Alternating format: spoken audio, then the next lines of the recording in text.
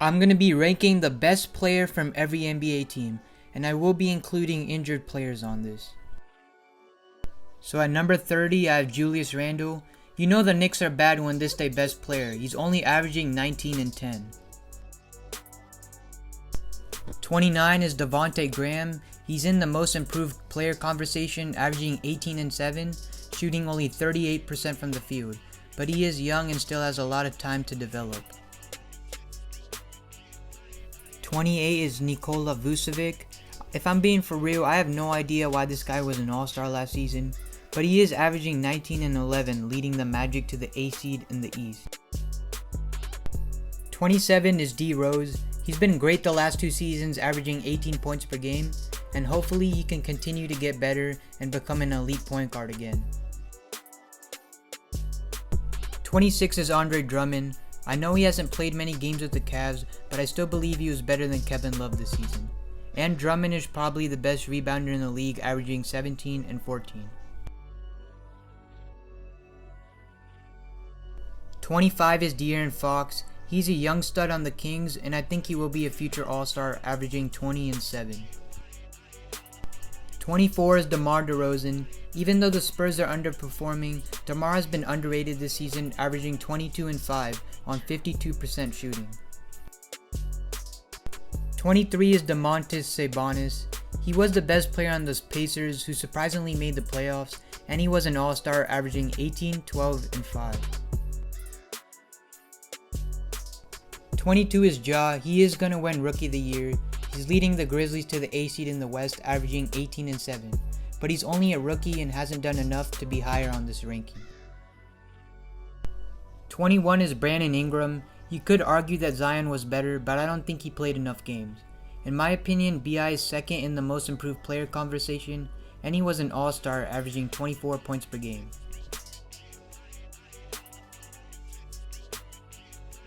20 is Zach LaVine. He's obviously the best player on the Bulls. Even though they can't win, LaVine has proved himself to be an elite scorer and an all-star caliber player, averaging 25 points per game.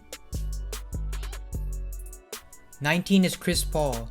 He came out here and led the Thunder to the 5th seed in the West when no one was expecting them to make the playoffs. CP3 made his teammates better every game from his leadership, and he averaged 18 and 7. 18 is Devin Booker. He has already established himself as one of the best scorers in the league. Even though he's on a bad team, he's still a great offensive player, averaging 26 and 6. 17 is Donovan Mitchell. I can see people saying Rudy Gobert is better, but I'm gonna have to give it to Mitchell. He's averaging 24 points per game in only his 3rd season, and unlike D-Book, he is a winning player on a playoff team. 16 is Karl Anthony Towns. I think most of us forgot how good Cat is due to his injuries throughout the season. In only 35 games, he was averaging 26 and 11, shooting 40% from 3, which is incredible. 15 is Jimmy Butler.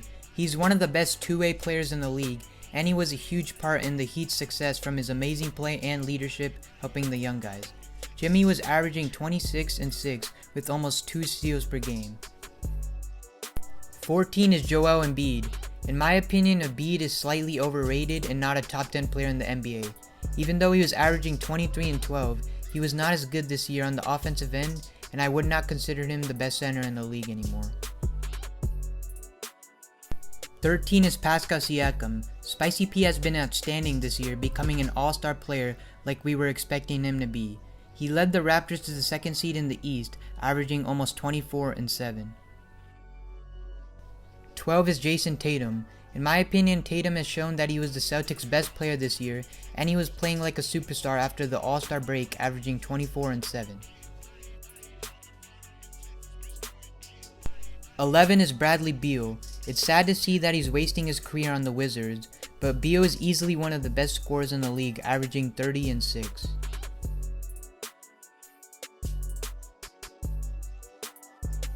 10 is Trae Young. I think Trae has solidified himself as a top 10 player, and he is quite underrated. In only his 2nd season, he's averaging 30 and 10 as one of the best point guards in the league.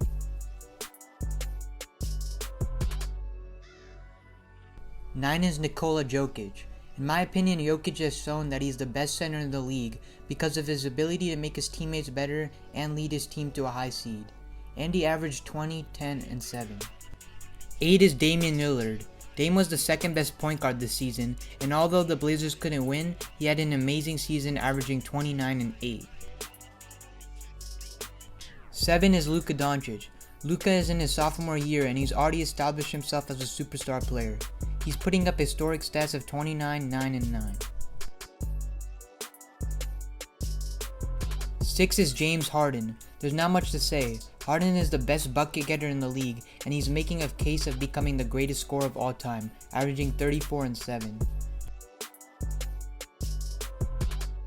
Now before we get into the top 5, remember I am including injured players on this list.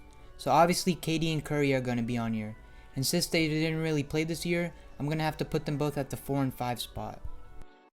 So at number 5, I got Steph Curry. Just look at Curry, man. Some of you may have forgot how good Curry is. He's an all-around point guard, a great leader, and a team player.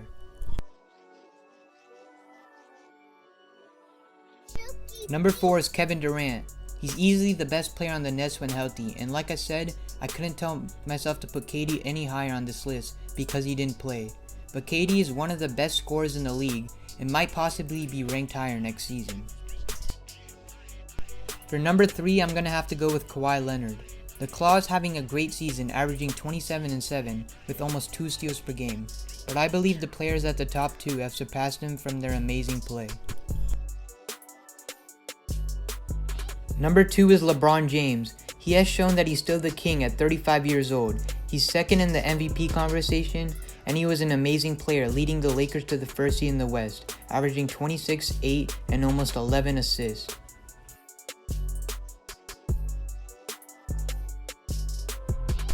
But at number 1, the Bucks' best player, my most valuable player, Giannis Antetokounmpo. The Greek Freak, in my opinion, might have had the greatest season of all time because he was putting up stats of 30, 14, and 6, playing only 30 minutes a game. Now just imagine his season averages if he played 35 plus minutes. Well anyways man, that's gonna be the end of the video. Let me know in the comments what you think of the video and if you have any future video ideas. And look at that, Giannis just scored with the whole team guarding him. This man is unstoppable.